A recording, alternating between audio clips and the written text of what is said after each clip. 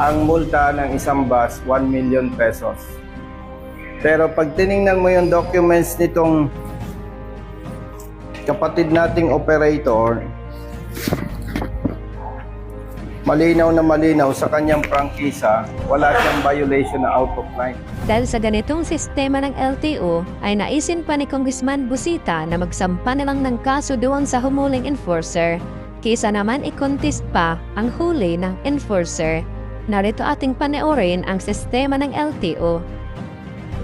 Brother Elika, ang na-impound na bus mo, 20, Di ba sa akin po, isa, kami magkakasama na 23 po. 23 na bus na impound at sinasabing out of line. Ang multa ng isang bus, 1 million pesos. Pero pag tiningnan mo yung documents nitong kapatid nating operator, malinaw na malinaw sa kanyang prangkisa, wala siyang violation na out of line. Ang problema, mahigit ng 1 week yung kanyang appeal, contest. Anong sabi? Wala pang? Anti-law po summons. Kinuha lang po nila yung number. Ibig sabihin, wala pang schedule ng hearing. Ilan kayong operator? Siguro mga 12 tayo, mga 12 operators. Mga 12 kayong operators. Pero sa kapila, pero sa loob. Basta lahat po. Basta all in all, mahigit 20 na bus. Apo. Pero sa kabilang block. Hindi, yun din. At ikaw, sino yung mahigit ng 4 years? Hindi, 4 years na kami nataan po siya. 4 years na.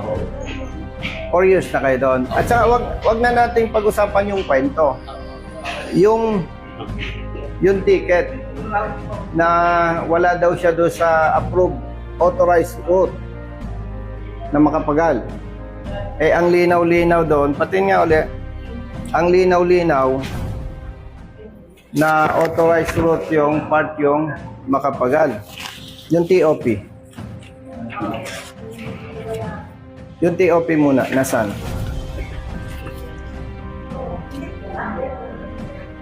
So kayo, mahigit 20 na bus. Apo. Brother Jerry, makikita dyan, no?